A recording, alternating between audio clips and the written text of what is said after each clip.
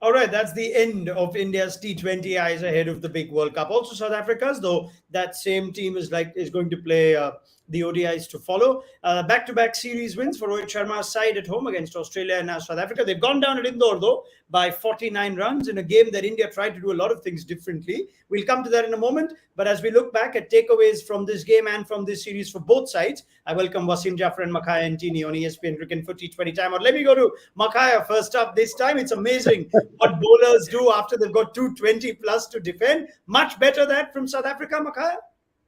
Oh, most definitely. Thank you very much. I think everybody now is smiling. I think they change, everything they started, from the top. Radu Russo, scoring that 100 as an opener. It's something that South Africa has been looking for. And then both of them, Quinton de Kock getting his 50 as well in a second in a row. It brings a lot of massive hype, for the South Africa point of view. I must talk to you about South Africa's takeaways here, and I'm going to leave the Bavuma question aside because we've gone to death with it. Well, let's go to it later. Yeah.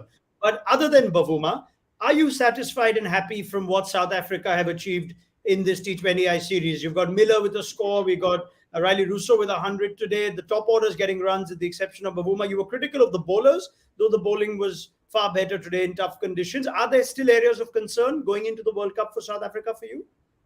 No, there's plenty. There's plenty. I think, we haven't seen a lot of, the old batters. And I think as well, we're missing out, that middle order period.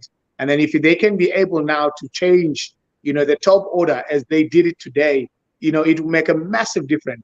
And then I think as well, from the bowling point of view, we're still missing that fourth bowler. Yes, they've changed. They brought Pretorius, and then they bought again, Ngidi today was very expensive, which is concerned me. I think he's trying too much, and then he actually forgets what is actually important. It doesn't look where Rabada hits the areas. He doesn't see if he can be able to copy that. And then I know that it's something that he needs to look at it, and then it's really concerning me as well. We've seen that Andrich Nokia was very expensive. They brought Pretorius. Pretorius did very well with the line and control as well, and then changing of the pace. It did very well. So will South Africa then going to Australia leave Andrich and bring Pretorius, or will they use Jansen and leave Ngidi as well? Because Ngidi didn't do well, in both games that he actually played on. Okay, so since Makhaya has raised the question, let's answer that. And I'll ask Makhaya as well, but let me come to Wasim too. We'll come to India in a moment, Wasim. But South Africa's bowlers, it seems like a number of options. Today they left out Nokia. There's Ngidi. Marco Jansen's not got a game. Pretorius, we know, adds more with the bat. If you were to pick the best South African bowling lineup, they played their first game against the West Indies in the World Cup at Hobart. Well, I'm saying West Indies. Let's assume the West Indies make it from the Super 12s. Anyway, because they I should be careful. Anyway, South Africa's first game is at Hobart. What's your best South African bowling lineup? Wasim, you could start with that. Well, I think I'll go definitely. Rabada is there. Rabada, I'll go with Andrich Nokia, and I'll go with Pretorius. And I think on those pitches in Australia, I'll go with two spinners, Shamsi and Keshav Maharaj. And I think the fourth bowling option, you could probably pick Marco Jansen. I feel because he gives you a lot with the bat as well, and he gives that variety. When Parnell is there as well. So when Parnell obviously comes in as an all-rounder. So those are the four fast bowlers. I'll go for Andrich Nokia because he brings that sheer pace. He can be expensive, but don't forget what he did in the IPL. He's been the most successful bowler for Delhi Capitals when he played. And also, and in Australian pitches, I think he'll be more than handy. So I'll go with those four bowlers, and I'll go with two spinners. Okay, interesting. Makhaya, would you like to tell me what's your ideal bowling lineup if you had to make that call? I will exactly. I agree with Amish there, and then I think as well what I will do with Andrich, instead of saying to him try and bang the ball, into the wicket, I will teach him how to be consistent on a certain length. He can use his pace without any doubt, but I think the lack that he has is to be consistent in that awkward area where the batsmen, they are not sure if they could go forward or stay inside the crease. What he does now, he bowls a lot of short ball in that 8 and 7 meter. So then the batsman is easier for them to adjust into that. But if he can bowl a little bit fuller and stay in that 6.5 meter, then he can be dangerous. Hmm. All right. Now, Wasim, let's turn our attention to India. They approached this game very differently. It's almost like the win was incidental. They weren't really prioritizing it. They rested two key batters. They played an extra bowler. They sent DK at four. Now, do you believe they've achieved everything they would have liked to from this final T20I series ahead of the World Cup? Or would you have felt, looking at those changes, that would have been nice to see a full strength Indian batting lineup chase 220, Yeah, 230 and test? Wasim? Well, I would have gone for the full team because they've got there's plenty of rest coming ahead. So I would have gone making it 3-0, and I think it was a par score. I don't think it was above par on this pitch. Even the top order failed. Most of the top order failed, and even India were scoring at almost 10 and over or even more. So I would have gone. I wouldn't have rested. I was surprised why they sent DK at four. I mean, what purpose does it solve? He's never going to bat at that number, so you might as well keep him at five because he's batting at five today. Surya Kumar Yadav again batting out of his position. So why you do that? I mean, he's going to get a lot of game time today anyway. So I don't know what was the mindset behind it. Again, that was a bit confusing. I probably would have played the full strength team and I would have looked to kill and get 3-0 and gone with the confidence into the T20 World Cup.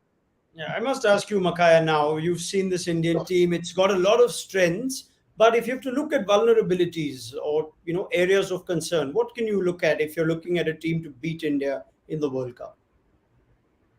It's a quite a good question, and I think as well, it was the first time as well we're seeing Pant bat, and then that's another question as well. Which position will he be suitable at as well? Knowing that you've got so much batting when it comes to Indian lineup.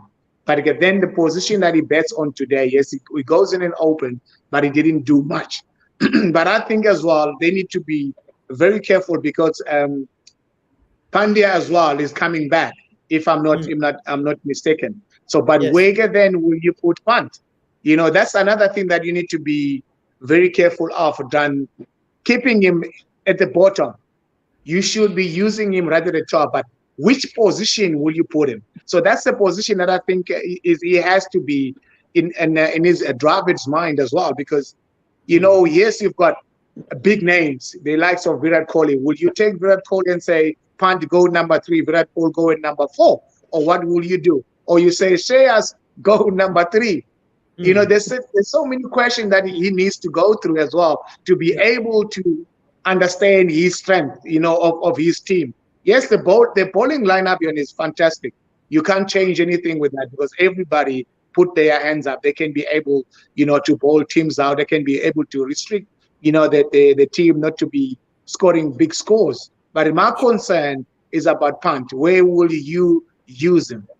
Yeah, unlikely that they'll go with the Rishabh Pant, you think, in their 11 finally, with the way this team has stepped out. But Wasim, question that I guess the only one, the big one is, what do they do about Bumrah now? You have maintained from the beginning that Shami is the best possible replacement. He's not played any cricket, however, and COVID, etc., doesn't help. Deepak Chahar was seen in this series. He's likely to get some game time in the ODIs. Has Deepak Chahar and perhaps what he adds at the bat made his case any stronger? Are you sticking with Shami as the ideal replacement for Bumrah?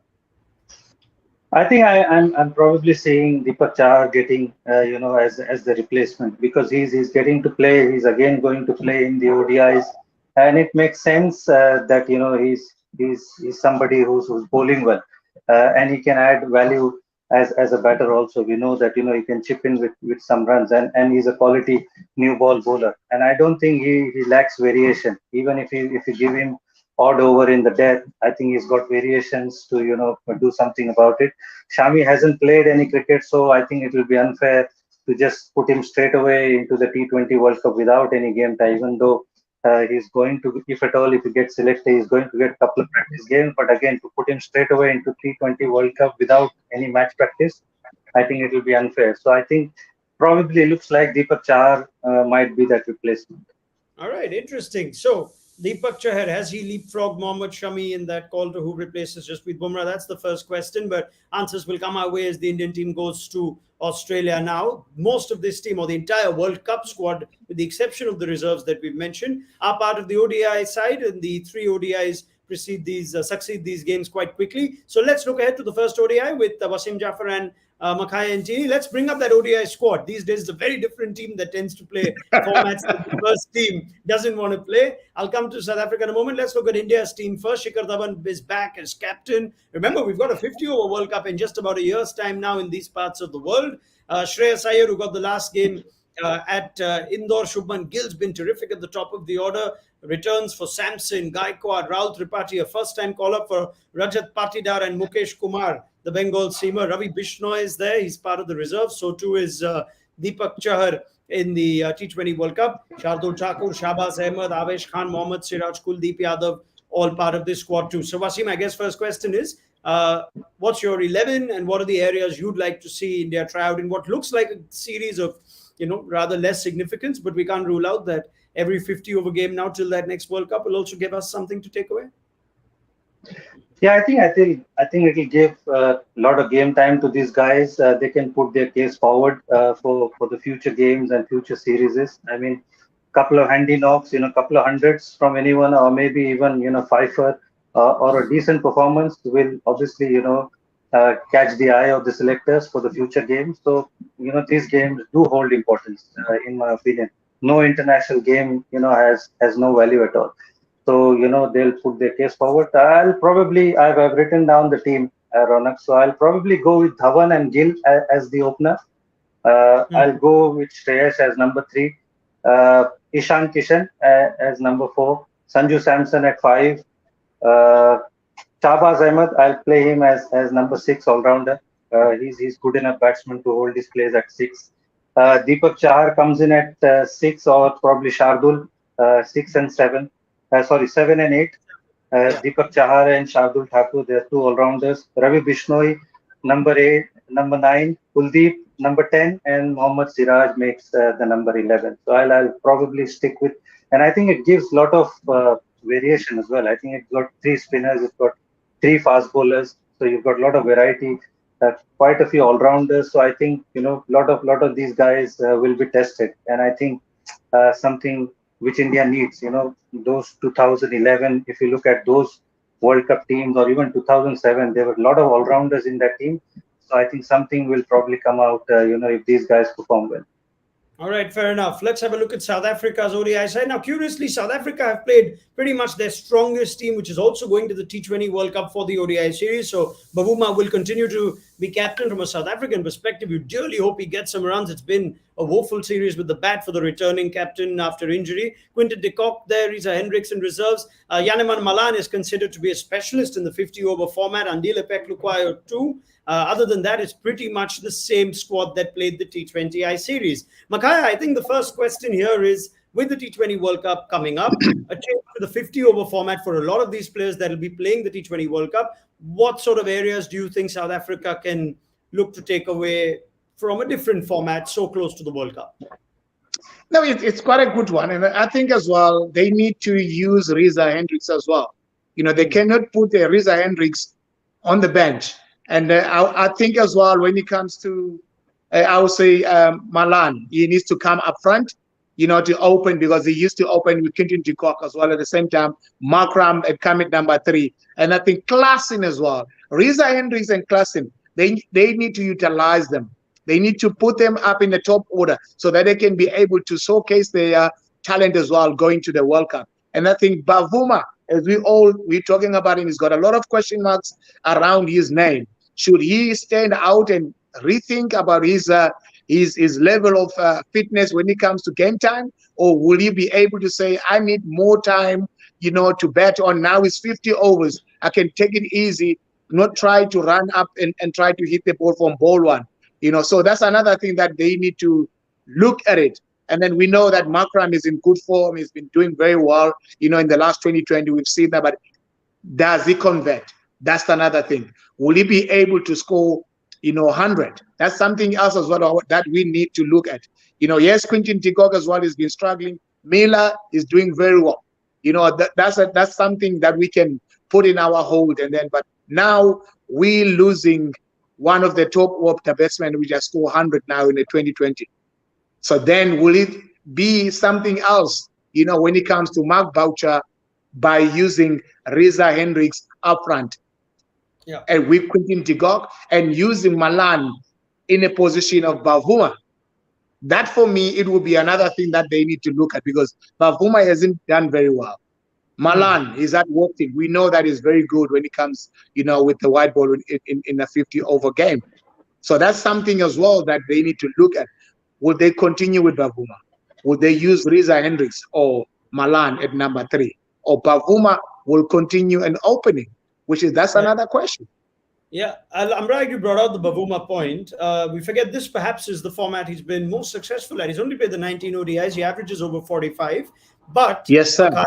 Looking at his T20I form, do you believe South Africa should make a decision on Bavuma based on the ODIs? If he gets some runs in the ODIs, then fine, Bavuma will, we could go with Bavuma the World Cup. Or do you believe that decision may have already been made at the end of the T20I series? This is the question. Should we look at this 2020 now, or we look at the time that we have in hand? Because remember, we're still in October. There's a lot of time to go to the World Cup, which is just around the corner as well. So that's another thing. So South Africa, if they can be able to perform very well on his point of view, as Bavuma has been struggling, yes, we all know. In the 50 overs, he's got time. That is understandable. But now the question is, his 2020 standard, is he up to the level that is needed to take him to the World Cup? That's the question that they should be asking themselves. Okay, we'll probably get an answer at the end of the ODI series. Wasim, quick word. If you were in the South African team management, would you give these 3 ODIs a chance for Bavuma to make a call on him? Or have you already made a call and said, no, he's certainly going to be our captain, it doesn't matter? Or would you go the other way, and drop your captain on form and play batters that are on the bench? I think in my book, Bavuma doesn't fit into the T20 World Cup side. Just because he's a captain, I think he's playing. Otherwise, there's better players who are on the bench. So I would have definitely would have made Riley Rousseau, or I don't know, somebody else, maybe David Miller a captain, and definitely would have played Reza Hendricks, because Temba Bavuma doesn't fit into the T20 11. All right, it's a big call. We will see if South Africa get any closer to the answers, depending on Bavuma's form in the ODIs, and then have that conversation with both Makhaya, Ntini, and Wasim Jaffer. Gentlemen, thank you very much. That's a wrap. Then on ESPN Cricket Info T20 Timeout, join us for ESPN Cricket Info Match Day at the end of the first ODI in a couple of days' time.